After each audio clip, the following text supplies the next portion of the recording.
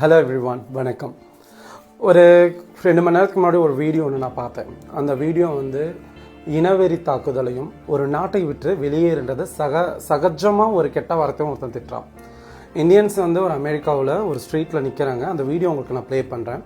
அப்போ கேட்குறேன், நீங்கள் எங்கேருந்து வந்திருக்கீங்க, உங்களுக்கு அமெரிக்கா பிடிச்சிருக்கா, இந்தியா பிடிச்சிருக்கா?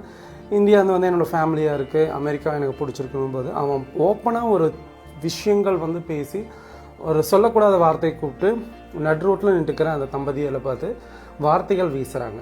நான் கேட்குற வெளிநாட்டு வாழ் இந்தியர்களாகட்டும், இப்போ குடிபெயர் இந்தியர்களாகட்டும், எல்லாரும் ஒரு சூழ்நிலையால் தான் போகிறாங்க. பட் அந்த கவர்மெண்ட் அவங்களோட சூழ்நிலை தெரிஞ்சுதான் ஒரு திறமைக்கும் அவங்களோட தகுதிக்கும் அவங்களோட வேலைவாய்ப்புக்கும் நிறைய எக்ஸாமினேஷனை கடந்து நிறைய ஸ்டேஜ் ஆஃப் இன்டர்வியூ கடந்து அவங்க ஒரு பிளாட்ஃபார்மில் போய் உட்கார்றது அவ்வளோ ஒரு கஷ்டமாக இருக்கும். நம்ம நிறைய இப்போ இன்டர்நேஷ்னல் இருக்க நம்ம தமிழர்களோட வீடியோ பார்க்குறோம்.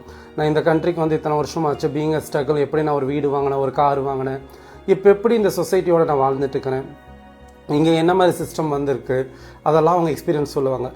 ஈவன் எங்கே போனாலுமே இந்தியர்களை பிடிக்கிற காரணம் சகிப்புத்தன்மை, வேலை செய்கிற விதம், ரிசல்ட். ஏன்னா நம்ம பிரெயின் அவ்வளோ வேல்யூபிள்.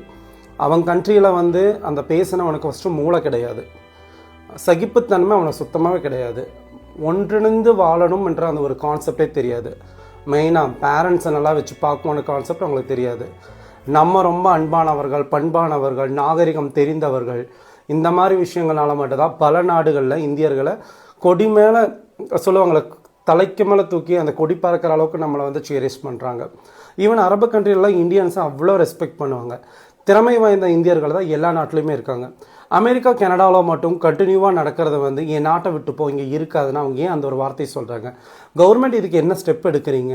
உங்களை நம்பி தான் ஒரு கண்ட்ரிக்கு குடிபெயர்றாங்க. அவங்க அந்த நாட்டில் சிட்டிசன் ஆனாலும் சரி, ஒர்க்கிங் எம்ப்ளாயாக இருந்தாலும் சரி, அவங்க ஒரு பாதுகாப்பு இருக்காமல் இந்த மாதிரி வார்த்தைகள் பேசுகிறவங்களுக்கு என்ன நடவடிக்கை எடுப்பீங்க? Indians are really worth. ஏன்னா அதனால தான் நீங்கள் வேலைக்கு எடுக்கிறீங்க.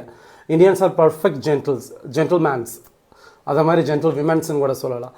திறமைகள் தெரிஞ்சவங்க, நாகரிகம் தெரிஞ்சவங்க. திறமை இருக்கிறனால மட்டும்தான் உங்கள் கண்ட்ரியில் தகுதி அடிப்படையிலும் வேலை செய்கிற ஆட்களும் இல்லாதனால மட்டும்தான் எங்கள் நாட்டு மக்கள் அங்கே வரும்போது அவங்கள மதிக்கிறீங்க, மதிப்போடு கொடுத்து வேலைவாய்ப்பு வழங்குறதும் இது வழக்கமாக நடைமுறைக்கு வந்துட்டு இருக்கிற ஒரு விஷயங்களாக இருக்குது.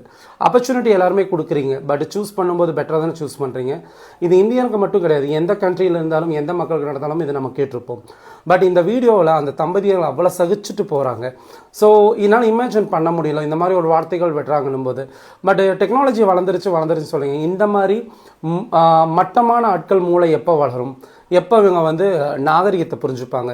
எப்போ இவங்க ரியாலிட்டியை புரிஞ்சுப்பாங்க? ஸோ ரேசிசம் தாண்டி இதெல்லாம் ஒரு மாதிரி வெர்பலான ஹராஸ்மெண்ட். இந்த ஹராஸ்மெண்ட்டுக்கு என்ன மாதிரி ஒரு பங்க்சுவலாக நீங்கள் ஒரு பனிஷ்மெண்ட் கொடுக்க முடியும்? இது கனடியன் கவர்மெண்ட்டாக இருந்தாலும் யூஎஸ் கவர்மெண்ட்டாக இருந்தாலும், end of the day everyone is human. But இந்த வீடியோ பார்க்கும்போது அவங்க இன்னோசென்ட், அவங்க அந்த ரோட்டில் நின்றுட்டு அவங்க சூழ்நிலையை பார்க்கும்போது I don't have any describe how much it's harder for them. So அவங்களுக்கு எவ்வளோ இருக்கும், என்ன மாதிரி அந்த சுச்சுவேஷன் அவங்க இன்டர்னலாக அவங்க ஃபீல் பண்ணியிருப்பாங்க, அவங்க எப்படி அது கேரி ஃபார்வர்ட் பண்ணி போயிருப்பாங்க, இதை பற்றி அவங்க என்ன யோசிச்சிருப்பாங்க.